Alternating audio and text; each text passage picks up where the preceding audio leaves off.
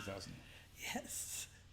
Someone wrote in with a question and said, I don't know if you can answer this or not, but how do I find poly people that know how to be transparent and honest? I've been wondering. This is Reid from readaboutsex.com. Cathy Vartuli from the intimacydojo.com. It's a great question. Yeah, it is. It's not just poly. It's like, how do you find people who are transparent and honest to begin with? And now we go down the rabbit hole of, well, what do you mean by transparent and honesty? And if you asked me a question, you surprised me, and I got scared and I lied to you, but then I cleaned it up. Is that like honesty still? Is that okay? What kind of lies constitute lies or dishonesty versus, oh, yeah, that's a human thing. And you cleaned it up, so I can trust you more. So that means you're more honest? Or is the honest person only the person who's never told a lie? Maybe you could actually start these conversations with people as a means of getting to know them, to see, to assess. Are they the people you seek? I like role modeling too. I try to be authentic as much as I can. And the other day we were at a conference, and at the moment I kind of panicked and I didn't tell you what I really thought. And then I did. So as soon as that session ended, I asked you if you had a minute, and I cleaned it up. She's not transparent or honest. Yes. But I didn't feel like it was important enough to let's leave the session. So I like to role model it with my friends, and I know some of them are a little taken aback, where no, I really don't want to go to that restaurant. I want to be I don't like it when you do this, or just start being more open with people and requesting different things. At first there was an awkwardness, but I think that the friends that I remained close with started going, oh, this is kind of cool. I can trust Cathy to say what she wants. And my closest friends are people that will tell me, even if they know I'll be disappointed. And I know that if I ask them something, if I ask my friend Rick, I say, hey, do you want to do this? He's going to tell me the truth. He's not going to do it because I don't have to worry about him just suffering through. And I do have friends where I'm I'm not really sure they're here because they want to be here. And that's not really comfortable. So role modeling it is a big thing. Yeah.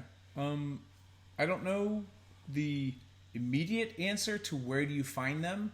You have to do the legwork to find them. It's not like there's a transparent and honesty, bubble somewhere in the world where that's where all of the people end up being. No, but there's certain programs, Radical Honesty, Landmark. There's some things that kind of emphasize being more authentic about.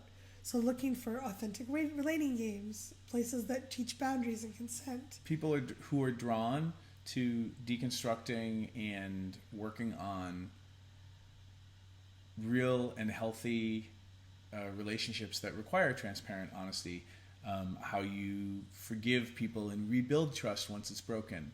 Basically relationship nerds and the people in the poly world who, there are as many people doing poly horribly wrong as there are people who are doing monogamy horribly wrong. It just, with poly, it gets more complicated faster. You have more people to be accountable to. So maybe we expose the traitor faster. But at the same time, we have all been raised in cultures that encourage lying or not hurting people's feelings. And so we fib, or we have shame, so we don't own up to stuff, or we weren't really even taught to understand what it is we want. So again, this is complex because you're dealing with relationships and human beings. The answer seems to be one, how can you develop the skill so you're role modeling?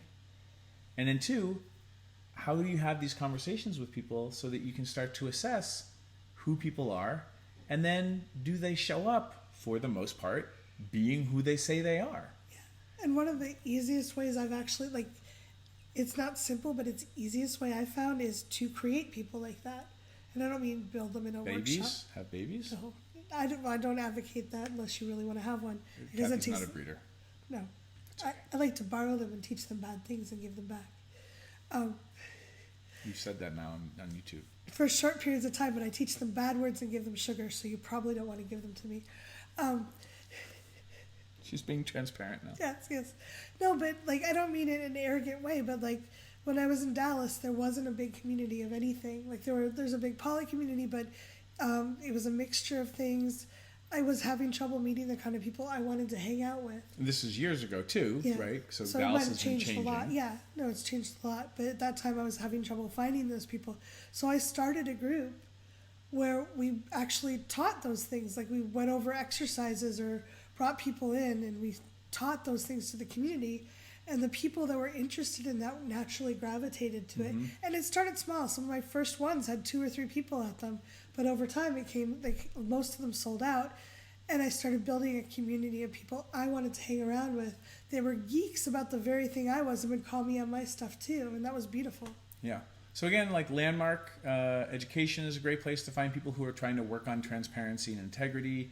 The book Radical Honesty. Yeah. Maybe there's meetups, or you form a book club about transparent poly. There's authentic relating games. Some people run the AMP own. Project, the Authentic Man Project, and the Authentic World Project. Again, you can do the research to find those groups that are nerding out on those things, and you can build and start your own group or meetup or online group to see who's drawn to that. Go to poly threads on Facebook, poly groups on Facebook, and start a thread and see who's drawn to that, and then use those connections to see who's in your area locally that you can start to meet up with and start building your community of friends. Use community as a way to meet people and get your human needs met, and then out of your community, look for people that you want to date. Or use your community to help find you people to date. Bring them to me. So that it's not this blind crapshoot that happens where you're on Tinder trying to just pick people that look right, and you have no idea and you don't know authentic. what their skill sets are. Yeah. That's what I would do. I'm a big fan of using online to leverage in-person stuff. You can also go to conferences and seminars where people like that are gathering. There's a lot of poly conferences and sex educator geeky type things going on around the world. You can also, Reid has difficult conversation formula, which is a great way to start being authentic.